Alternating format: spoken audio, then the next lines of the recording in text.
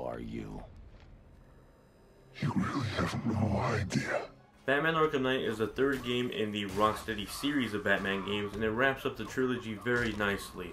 It literally just one-ups everything that made previous entries in the series really awesome, like having great combat and a fantastic story plot. How's it going, guys and gals? Luis here with Gaming Vlog Network, and I just got done playing the 11-hour campaign of Batman Arkham Knight, and holy crap was it awesome.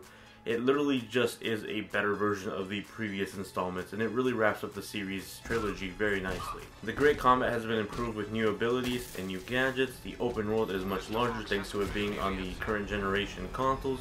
It really wraps up the story nicely between all the major characters like Batman, the three Robins, Barbara, and Jim Gordon, and many other villains. Now, the actual story of Batman Arkham Knight was really awesome. It just kept me stuck to my seat, and I really wanted to finish the game really quickly just so I could find out what happens. The actual reveal, though, of the Arkham Knight's identity wasn't so great, and in actuality, the identity of the Arkham Knight became pretty apparent through the middle of the game. With that said, there were still plenty of moments that made me yell, what the hell is going on, when they happened during the story. It was really awesome, and I really enjoyed my time with the story. Now, this is the first Batman game running on a pretty powerful home console compared to the previous entries on PS3 and 360, and because of that, the open world is much larger and just more fun to explore. And in addition to this, there's also a big focus on the Batmobile, which plays a big part in just traveling between the open world, and a lot of new puzzle mechanics in the game. The Batmobile actually is a pretty big focus in this game. It's going to play a major role in just how you travel, how you solve missions, and you're going to spend a lot of time in this Batmobile. And that's sort of a cool and bad thing at the exact same time. I'm completely fine with using it as a travel system, racing, or trying to catch perps. It's really fun that way. But once you push the button into battle tank mode, that's where I completely lose interest in this game.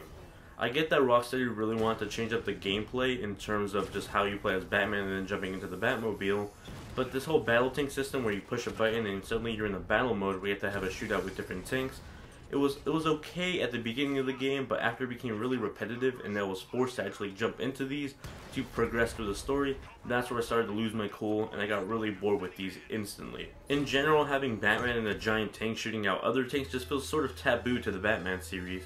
But aside from that, the game just feels really repetitive, and I really hated it that it locked me into these events without being able to progress through the story. At some point when I was in the middle of the game, these just felt like chores, like I had to do these just to find out what the hell was going on after this point in the story, and I just really want to get rid of them altogether. With that said, the Batmobile itself is actually a pretty fun puzzle mechanic, and I really enjoyed my time racing through certain parts of the level, or traveling through town, or having to solve different puzzles with it. It's just the battle tank feature that kind of annoyed me. Now, besides the 11 to 12 hour main campaign of the game, there's actually a bunch of side quests you could do while teaming up with different sidekicks like Nightwing or Robin or even Catwoman, and you could do these in the middle of the game or even after you complete the main quest. It just adds a bunch of more content to the game itself. Personally, I thought it was really awesome to see Batman team up with some allies and friends in terms of some side missions, because that's really what Batman does. He just has a bunch of sidekicks, and it's really cool to see the cinematic sequences where they dual take down a really big foe. And besides the fact that you're actually teaming up with your friends and allies for these side quests, what's really cool is the fact that you're actually just doing side quests to take down other smaller villains in the Batman series like the Riddler, Penguin,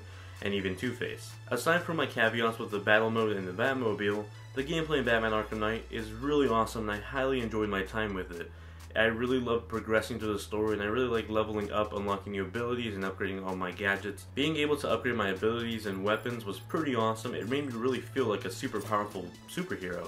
But the game does keep you in check by adding more crowds of enemies the more you progress through the story. That way it doesn't become too easy the more you upgrade. Batman Arkham Knight does a great job at what it's set up to do, and that's wrap up the trilogy of the Batman Arkham series, and it definitely does so with a bang.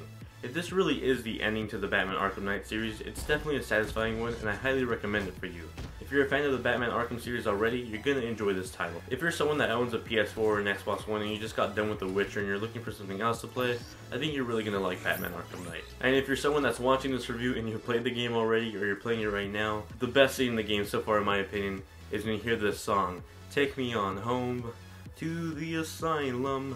When you hear that scene, or when you get to that scene, that's personally my favorite scene in the game. Now, while I do recommend this game to everyone possible, I kind of give a warning to the PC owners. So while I personally haven't played the PC version of this game, a lot of my friends who did buy the game are having a ton of issues with it, so much so that Warner Brothers actually yesterday, at the time of filming this video, actually took down the PC version, so you can't really buy it on Steam right now. So if you're somehow able to buy the game anywhere else, I would recommend not doing so until the game gets fixed, because there's a lot of issues with the frame rate and just performance of the game on PC.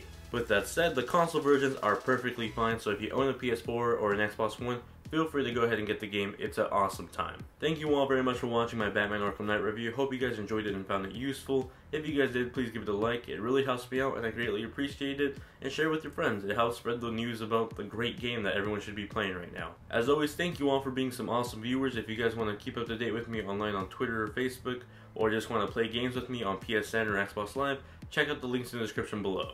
Thank you all very much for watching, and I'll see you guys in the next one. Later.